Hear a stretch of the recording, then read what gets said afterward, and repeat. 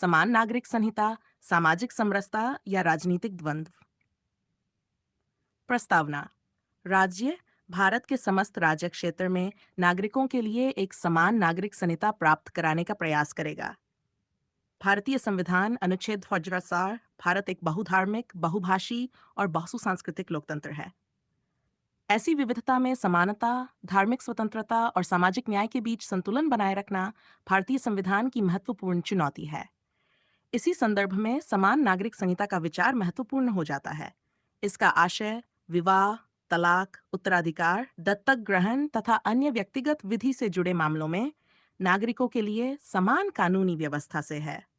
वर्तमान में भारत में अनेक व्यक्तिगत विधियां धार्मिक समुदायों के आधार पर अलग-अलग हैं। इसलिए यूसीसी का प्रश्न केवल कानून की एकरूपता का नहीं, बल्कि समानता, धर्मनिरपेक्षता, लैंगिक न्याय और सांस्कृतिक विविधता के बीच संतुलन का प्रश्न भी है। 2. ऐतिहासिक पृष्ठभूमि एवं संवैधानिक स्थिति। भारत में व्यक्तिगत विधियों की विविधता का इतिहास औपनिवेशिक काल से जुड़ा है।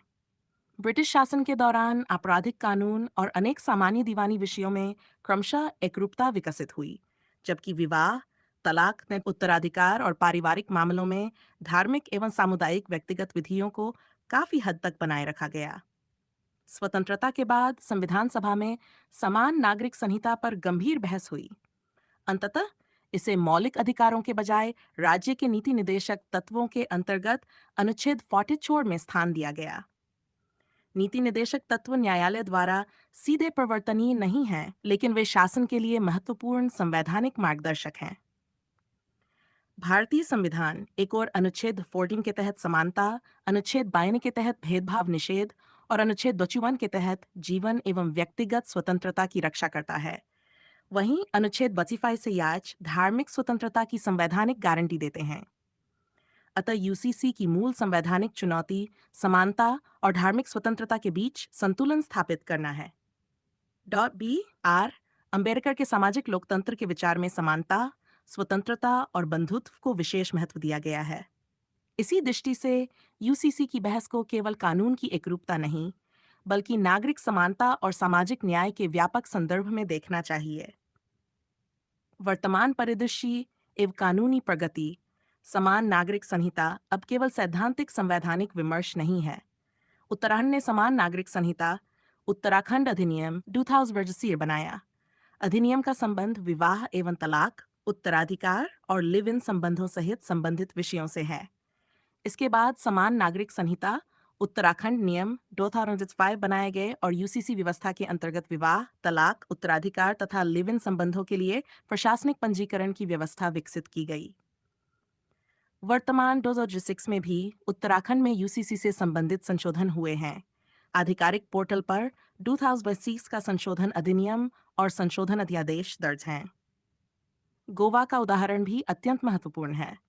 गोवा में पुर्तगाली काल से चली आ रही नागरिक कानून की विरासत के कारण विवाह, तलाक और उत्तराधिकार जैसे विषयों में अपेक्षाकृत समान नागरिक व्यवस्था का उदाहरण मिलता है। इसलिए गोवा को भारत में समान नागरिक व्यवस्था के एक ऐतिहासिक व्यवहारिक उदाहरण के रूप में देखा जाता है। इस प्रकार गोवा और उत्तराखंड के अनुभव यूसीसी की बहस को केवल सैद्धांतिक न कर उसके व्यावहारिक पक्ष को भी सामने लाते हैं। केंद्र स्तर पर भी इस विषय पर विधि आयोग द्वारा विचार विमर्श हुआ। जुजोविम विधि आयोग ने 14 जून 2003 को जनता था मान्यता प्राप्त धार्मिक संगठनों से यूसीसी पर सुझाव आमंत्रित किए। उसका कार्यकाल अगस्त 2010 तक था। समान नागरिक संहिता के पक्ष में तर्क का लैंगिक न्याय एवं महिला सशक्तिकरण। यूसीसी के पक्ष में प्रमुख तर्क लैंगिक समानता का है। विवाह, तलाक, भरण पोषण और उत्तराधिकार से संबंधित अलग अलग व्यक्तिगत विधियों में महिलाओं के अधिकारों को लेकर असमानताओं का प्रश्न उठता रहा है।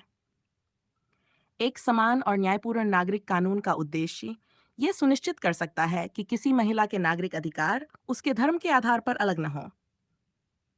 संवैधानिक समानता अनुच्छेद 52 और समानता तथा भेदभाव विरोध की संवैधानिक भावना को मजबूत करते हैं। यूसीसी के समर्थकों के अनुसार व्यक्तिगत नागरिक अधिकारों के क्षेत्र में समान कानून इस संवैधानिक आदर्श को अधिक प्रभावी बना सकता है। धर्मनिरपेक्षता को मजबूती। भारतीय धर्मनिरपेक्षता का अर्थ सभी धर्मों के प्रति समान सम्मान है। यूसीसी का उद्देश्य धार्मिक आस्था, पूजा पद्धति या धार्मिक पहचान को समाप्त करना नहीं, बल्कि नागरिक एवं व्यक्तिगत विधि के क्षेत्र में समान कानूनी मानक स्थापित करना है। राष्ट्रीय एकता एवं नागरिक समानता एक समान नागरिक कानून से ये भावना मजबूत हो सकती है कि नागरिक अधिकार धर्म के आधार पर अलग अलग नहीं है। इससे समान नागरिक पहचान और राष्ट्रीय एकीकरण को बल मिल सकता है। महात्मा गांधी के सर्वोदय के विचार की भावना भी प्रत्येक व्यक्ति के कल्याण और सम्मान से जुड़ी है। इसी दृष्टि से यूसीसी का उद्देश्य नागरिक अधिकारों में न्याय और समानता को मजबूत करना होना चाहिए। कानूनी एवं प्रशासनिक सरलता अलग अलग व्यक्तिगत कानूनों और उनकी विभिन्न व्याख्याओं के कारण पारिवारिक विवादों में कानूनी जटिलता उत्पन्न हो सकती है। सुव्यवस्थित समान नागरिक कानून से कानूनी स्पष्टता और प्रशासनिक दक्षता बढ़ाने में सहायता मिल सकती है। सर्वोच्च न्यायालय के ऐतिहासिक निर्णय। मोहम्मद अहमद खान बनाम शाह बानो बेगम 9 असलीफा शाह बानो मामले में सर्वोच्च न्यायालय ने मुस्लिम तलाकशुदा महिला के भरण पोषण के अधिकार से संबंधित महत्वपूर्ण निर्णय दिया। न्यायालय ने अनुच्छेद 42 के संदर्भ में समान नागरिक संहिता की आवश्यकता की ओर भी ध्यान आकर्षित किया। सरला मुल बनाम भारत संघ 1995 इस मामले में पहली पत्नी के रहते दूसरी शादी करने के उद्देश्य से धर्म परिवर्तन के प्रश्न पर सर्वोच्च न्यायालय ने महत्वपूर्ण निर्णय दिया। न्यायालय ने अनुच्छेद 22 और समान नागरिक संहिता के संवैधानिक लक्ष्य का भी उल्लेख किया। शायरा बानो बनाम भारत संघ 2017 सर्वोच्च न्यायालय ने तत्काल 3 तलाक को असंवैधानिक घोषित किया। ये निर्णय महिला अधिकारों, लैंगिक न्याय और व्यक्तिगत विधि की संवैधानिक समीक्षा की दृष्टि से अत्यंत महत्वपूर्ण है। इन निर्णयों से स्पष्ट होता है कि व्यक्तिगत विधियों और मौलिक अधिकारों तथा संवैधानिक मूल्यों के बीच संबंध भारतीय न्यायपालिका के लिए महत्वपूर्ण विषय रहा है। 6 प्रमुख चुनौतियां एवं राजनीतिक द्वंद्व। धार्मिक स्वतंत्रता यूसीसी की प्रमुख चुनौती अनुच्छेद 45 से विचार में प्रदत्त धार्मिक स्वतंत्रता से जुड़ी है। आलोचकों का तर्क है कि यदि कानून बनाते समय पर्याप्त संवेदनशीलता नहीं बरती गई तो धार्मिक एवं सांस्कृतिक विशिष्टताओं पर प्रभाव पड़ सकता है। भारत की बहुसांस्कृतिक विविधता। भारत केवल धार्मिक रूप से ही नहीं बल्कि जनजाति और क्षेत्रीय परंपराओं की दृष्टि से भी अत्यंत विविध है। इसलिए किसी भी समान संहिता में स्थानीय परंपराओं तथा संविधान द्वारा संरक्षित अधिकारों को उचित महत्व देना आवश्यक है। राजनीतिक ध्रुवीकरण। यूसीसी कई बार चुनावी विमर्श का केंद्र बन जाता है।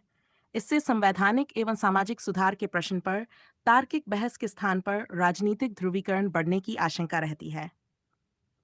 समानता और विविधता का संतुलन। समानता का अर्थ हर परिस्थिति में बिल्कुल समान नियम लागू करना नहीं है। भारतीय संविधान समानता के साथ सामाजिक न्याय और विविधता को भी महत्व देता है। अतः यूसीसी ऐसा होना चाहिए जो समान नागरिक अधिकार सुनिश्चित करे, लेकिन भारत की संवैधानिक एवं सांस्कृतिक विविधता का भी सम्मान करे। समाधान एवं आगे की राह। समान नागरिक संहिता की दिशा में जबरन एकरूपता के बजाय संवैधानिक सहमति, व्यापक परामर्श और क्रमिक सुधार को आधार बनाया जाना चाहिए। पहला, महिलाओं, धार्मिक समुदायों, जनजातीय समूहों, विधि विशेषज्ञों, नागरिक समाज और अन्य हितधारकों से व्यापक परामर्श किया जाना चाहिए। दूसरा, व्यक्तिगत विधियों में उन प्रावधानों को प्राथमिकता से सुधारा जाना चाहिए जो लैंगिक भेदभाव या अन्यायपूर्ण व्यवहार को बढ़ावा देते हैं। तीसरा, जनजातीय एवं संविधान द्वारा संरक्षित समुदायों की विशिष्टताओं का सम्मान किया जाना चाहिए।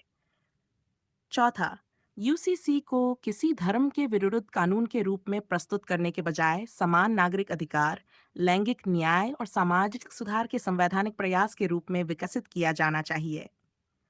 पांचवां, कानून निर्माण से पहले व्यापक राजनीतिक एवं सामाजिक सहमति विकसित की जानी चाहिए ताकि सुधार सामाजिक विश्वास और लोकतांत्रिक समरसता को मजबूत करे। एड निष्कर्ष। वही मनुष्य है कि जो मनुष्य के लिए मरे। मैथिली शरण गुप्त समान नागरिक संहिता का वास्तविक उद्देश्य केवल कानूनों की एकरूपता नहीं बल्कि न्याय, समानता, गरिमा और सामाजिक समरसता को मजबूत करना होना चाहिए। भारत जैसे विविधतापूर्ण देश में यूसीसी की सफलता इस बात पर निर्भर करेगी कि इसे कितनी संवेदनशीलता, व्यापक सहमति और संवैधानिक मर्यादा के साथ लागू किया जाता है। अतः यूसीसी न तो केवल राजनीतिक नारा होना चाहिए और न ही किसी समुदाय की पहचान के विरुद्ध साधन। इसे संविधान के अनुच्छेद 25 और 44 के बीच संतुलन स्थापित करने वाले सामाजिक सुधार के रूप में विकसित किया जाना चाहिए। समानता और विविधता के समन्वय के माध्यम से ही भारत ऐसी नागरिक संहिता विकसित कर सकता है जो लोकतांत्रिक मूल्यों, महिला अधिकारों और सामाजिक न्याय को वास्तविक अर्थों में सशक्त करे।